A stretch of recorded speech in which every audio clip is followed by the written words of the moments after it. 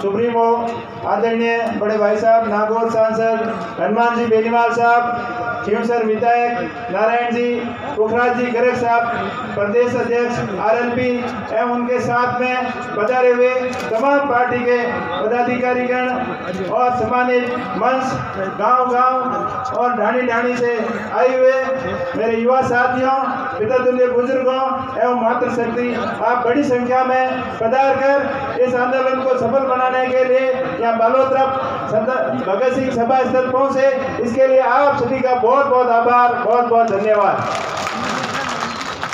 साथियों, आप सबको पता ही होगा कि जिस प्रकार बजरी की गाड़ी या 2000 रुपए में नदी के अंदर भरवाई जाती थी और अपने गांवों के अंदर दूरी के अनुसार 8 से 12 हजार रुपए में गांव तक पहुंच जाती थी, लेकिन राजस्थान सरकार ने जनता को लूटने की नियत से एक लुटेरे ठेकेदार को यहाँ लाके बैठा दिया, जो नदी के अंदर बजरी की गाड़ी भरने के लिए 15 से 25 हजार रुपए नदी के अंदर लेता है। तो इसको एक ठेकेदार की दादागिरी खत्म करने के लिए रालोपा ने आंदोलन की शुरुआत की। उसके बाद में आपको पता ही होगा कि बीजेपी और कांग्रेस के नेता इस आंदोलन को खत्म करने की नियत से दोनों इकट्ठे होकर 400-500 आदमियों को लेकर और ठेकेदार को यहाँ बुलाकर उनके साथ में समझौता कर लिया और 100 रुपये मात्र रेट कम करवा के वाहवाही लेने की कोशिश की। लेकिन बाड़मेर की जनता सब समझदार है और इनकी झांसे में कभी आने वाली नहीं है। लेकिन आरएलपी पार्टी के तमाम पूरी टीम ने ये सोचा कि एक लुटेरा ठेकेदार 100 रुपये बढ़ा के कम करा कर वापिस 60 रुपये बढ़ा दिए भाई।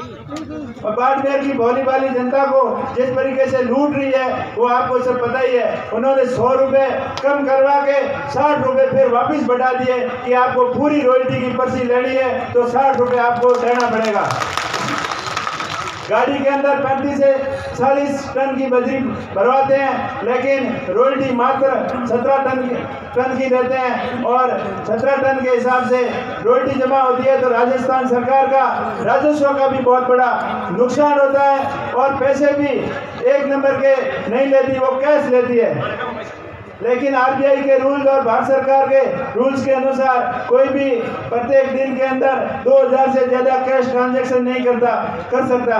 लेकिन ये लुटेरा ठेकेदार सबकी आंखों के अंदर धूल झोंक रहा है और कैश पेमेंट ले रहा है और इसका कोई हिसाब किताब नहीं है और बुरी तरीके से जनता को लूट रहा है। तो ये लूट बाड़मेर की जनता बर्दाश्त नहीं करने वाली है और इस लूट को खत्म करवाने के लिए माननीय सांसद साहब हनुमान जी बेनीवाल साहब यहाँ पधारे हैं, इसलिए इनका बहुत बहुत धन्यवाद, बहुत बहुत इनका स्वागत। इसके साथ साथ में अभी आपने सुना होगा कि किसानों का क्लेम जिस प्रकार से आया और इस क्लेम के लिए आरएलपी पार्टी पिछले 1.5 साल से लगातार ज्ञापन दे रही है। जब भी पार्टी का प्रदर्शन होता है जिला मुख्यालय पर तो मंत्रियों के बयान आते हैं कि अभी 5-7 दिन के अंदर आपका क्लेम आने वाला है और फिर वो चुप हो जाते हैं। फिर मांग रखी जाती है तो कभी बोलते हैं दीपावली के ऊपर 1000 करोड़ से ज्यादा का क्लेम आएगा,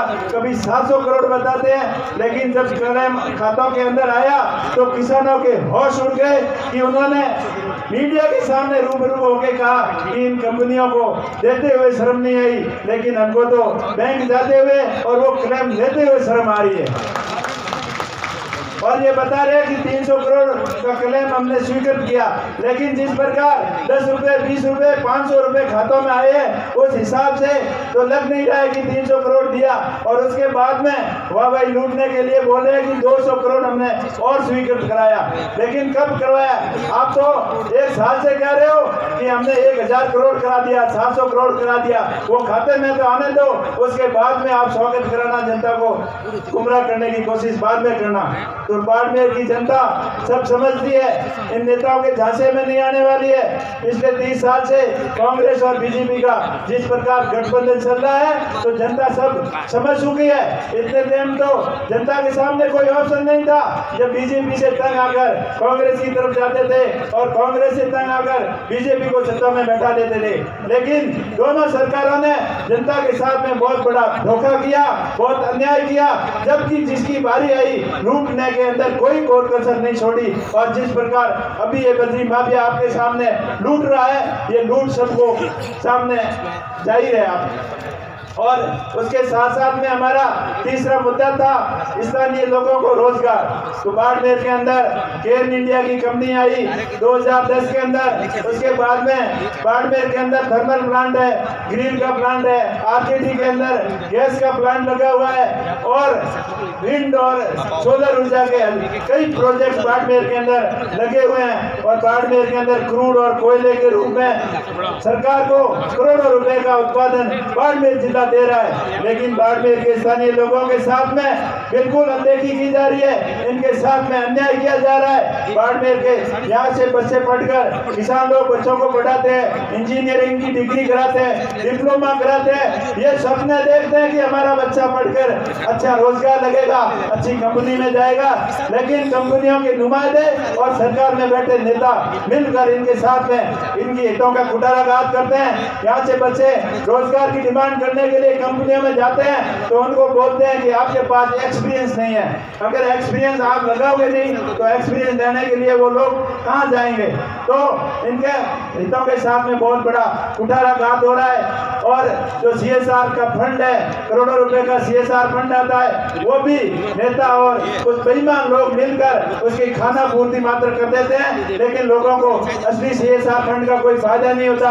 अब राजस्थान की लोगों की बड़ी आस थी कि राजस्थान के अंदर बहुत बड़ा मेगा प्रोजेक्ट लग रहा है, इंडिया की सबसे बड़ी रिफाइनरी है जो राजस्थान के अंदर लग रही है, लेकिन रिफाइनरी का भी किसी को कोई खास फायदा नहीं हुआ, क्योंकि स्थानीय लोग यहाँ आते हैं, गाड़ियों को लगाते हैं और जहाँ रोजगार के नाम पर उनके साथ में भी छलावा किया जाता है। इसलिए स्थानीय या लोकल इंजीनियरिंग की डिग्री किए हुआ बच्चे को या 15 से 20 हजार में रखा जाता है और बाहर की 6 उसी डिग्री की उससे कम डिग्री वाले को 70 से 80 हजार रुपए देते हैं। ये स्थानीय लोगों के साथ में बिल्कुल कुठाराघात किया जा रहा है। और रही बात गाड़ियों की, तो यहाँ मात्र 30-35 हजार रुपए में गाड़ी रखते हैं और बाहर से जो गाड़ियाँ लाते हैं उनको 45 से 50 हजार रुपए देते हैं और विद 80 हजार रुपए देते हैं, लेकिन स्थानीय गाड़ियों को विद डीजल 55 हजार रुपए देते हैं। इस प्रकार स्थानीय लोगों के हितों के साथ में कुठाराघात किया जाता है, उनके साथ में भेदभावपूर्ण रवैया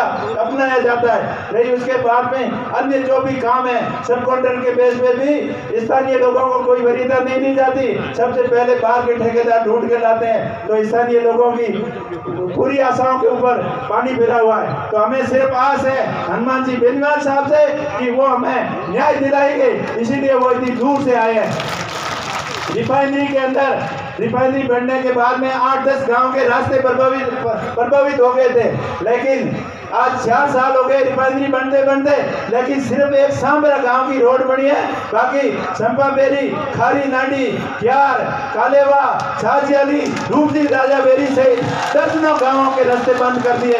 लेकिन कई बार विज्ञापन देने के बाद में इनके प्रशासन और कंपनी अधिकारियों के कान पर चूड़ तक नहीं रहेगी। ये बोल रहे हैं कि हमारे पास जमीन नहीं है, कभी बोल रहे हैं हमारे पास बजट नहीं है, लेकिन यह करोड़ों रुपए का CSR फंड है, उसको भी ये लिपापोती के अलावा कुछ नहीं कर रहे। फंड के नाम मात्र के कर कहीं पे नालियां खुदवा रहे हैं, कहीं बड़े बड़े बोर्ड लगवा रहे हैं, कहीं ये बोल रहे हैं हमने पानी के RO लगवा दिए, लेकिन ये सबसे बड़ा घोटाला कर रहे हैं, इसके अलावा कुछ नहीं है। CSR फंड अगर सही ढंग से यूज हुए तो ये शिक्षा के क्षेत्र में आसपास के गाँव के स्कूलों की व्यवस्था अच्छी हो सकती है।